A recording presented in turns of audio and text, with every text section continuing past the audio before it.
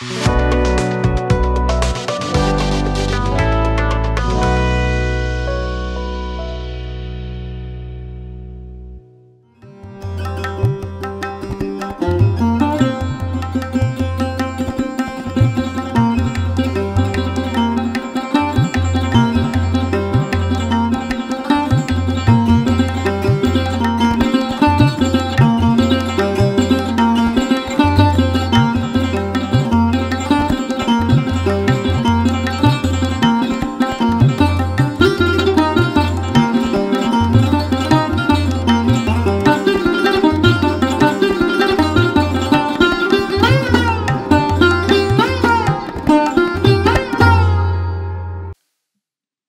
जीशु ख्रीष्ट अति बहुमूल्य नाम संपर्क इंडिया द्वारा प्रस्तुत कार्यक्रम नुआ सकाल आशार आज अध्याय में आपको स्वागत जनाए।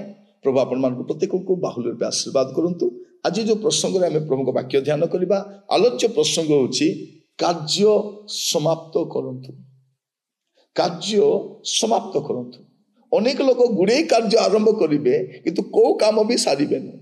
अनुष्ठान आरंभ करेंगे से अनुष्ठान चल पारे ना। घर काम आरंभ करेंगे से काम सर ना। बही काम आरंभ करेंगे सेटा सर ना। पाठ पढ़ा आरंभ करेंगे सेटा सर ना। गुड़े कार्य समाप्त कर पारना। मोर प्रिय भाई भौणी मैंने प्रभुकर सेवार आग को आसी था मझे आम खसिकी पलाऊ से कार्य भी पूरा नहीं।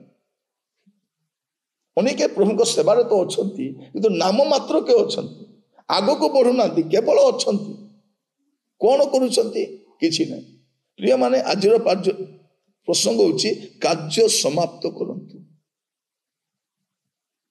जहन 17 पर्व 4 पद लिखा जाए तुम्हें मते जो कर्म करने को देई अछो ताहा मु समाप्त करी पृथ्वी रे तुमको महिमान्वित करियछि।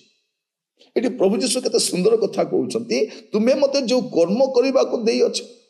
कारण प्रभु जीशु जो जगत को आसिले पिता तांको केतोटी कर्म देइथिले से किछि काम नै कि आसीथिले आउ से काम को से समाप्त करिछंती।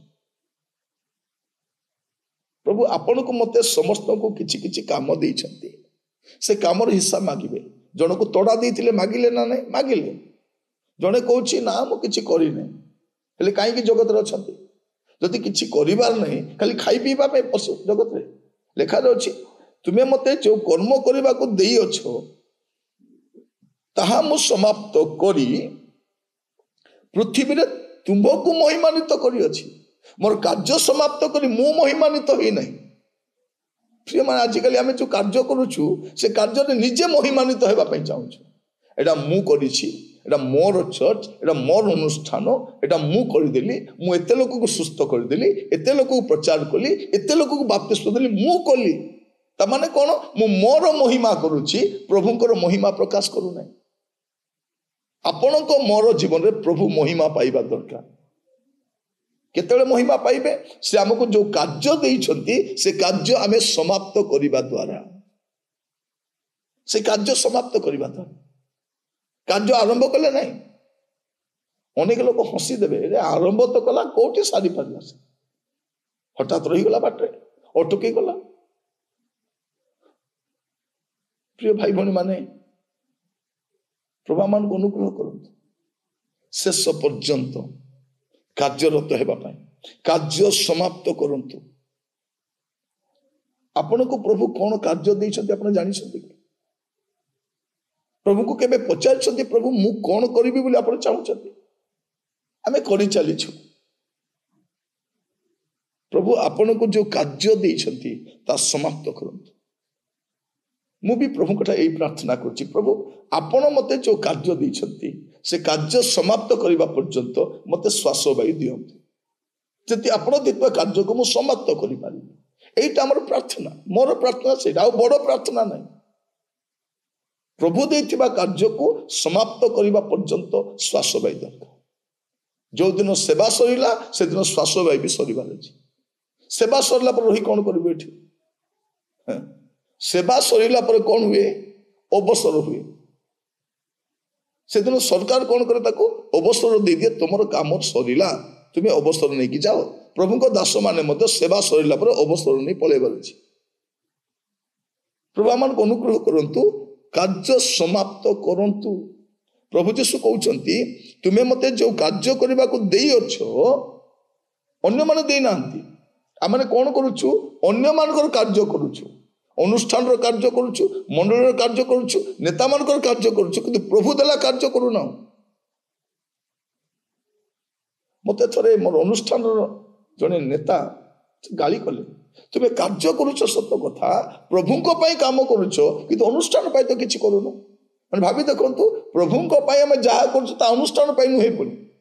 तेणु लोक मैंने कौन कर अनुष्ठान काम करने चाहते। अनुष्ठान काम कले कौन हम आपण को पदोन्नति हे, आप एरिया कोऑर्डिनेटर हे, आप स्टेट कोऑर्डिनेटर हे, आप नेशनल कोऑर्डिनेटर हे। खाली अनुष्ठान काम कर बसी केबे प्रभुकर काम करेंगे। प्रिय भाई भौणी माने अनुष्ठान गोटे टार्गेट रखी एटा करार अच्छे। आम बिल्डिंग बनवार अच्छे, किसी लोक बिल्डिंग बनवार व्यस्त। आपण लोक मान को बनातु, लोक मान को तैयारी करंतु, प्रभु मान को साहाय्य करंतु, कार्य समाप्त करंतु। ये प्रभु जीशु कौन कहते प्रभु तुम्हें मते जो कार्य देछ, पिता तुम्हें मते जो कार्य देछ ता मु समाप्त करिछि आ पृथ्वी रे तुमको महिमान्वित करिछि। भावी देखंतु प्रभु जीशु कहा को महिमान्वित करुछथि? कार्य समाप्त करी पिता को महिमान्वित करुछथि। आज समय आम जिते कार्य गुड़ाक करुछु ए सब कार्य केवल निजको महिमा करिबा पाए, निजको प्रमोट करिबा पाए, निजको प्रचार करिबा पाए, प्रसार करिबा पाए। आम सेवा द्वारा लोक माने आमको जानुछंती, किंतु आम सेवा द्वारा लोक माने प्रभु को परिचय पाउना। आपण को सेवा देखी, आपण को जीवन देखी केते लोक प्रभु को पाक गले। समय आसीबा दरकार लोक माने मते भूली जांतु, किंतु मोर प्रभु को भूलिबार नहीं। आम निजको एस्टाब्लिश नहीं, प्रभु को एस्टाब्लिश करिबा। एटी यीशु कहउछंती प्रभु पिता मते जो कार्य तुम्हें देछ ता समाप्त करी मु तुमको गौरव देछि। हमर कार्य समाप्ति परे प्रभु गौरव पांती। साधु पाल कौन कहउछंती द्वितीय तिमोथी 4 पर्व तार 6 पदरु 8 पद देखिबा। कारण एबे हे मोर प्राण आहुति परि ढला जाउ अछि, मोर महाप्राणर समय उपस्थित।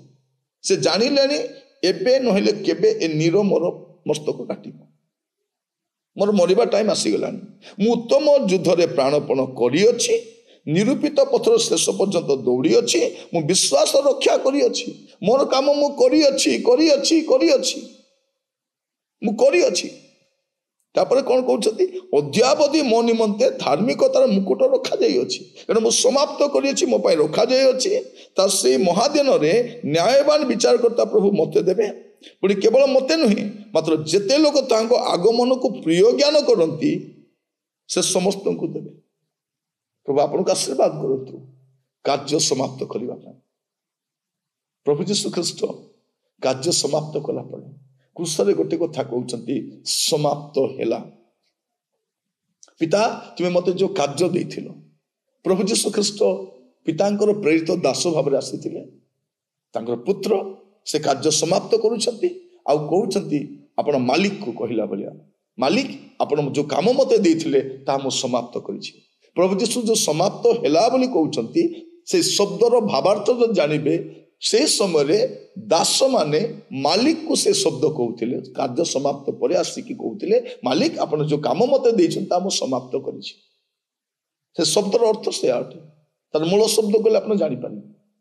तो मैं आपण मान कहिबा पई चाहे आसंतु चेष्टा करिबा कार्य समाप्त करिबा पई प्रार्थना करिबा।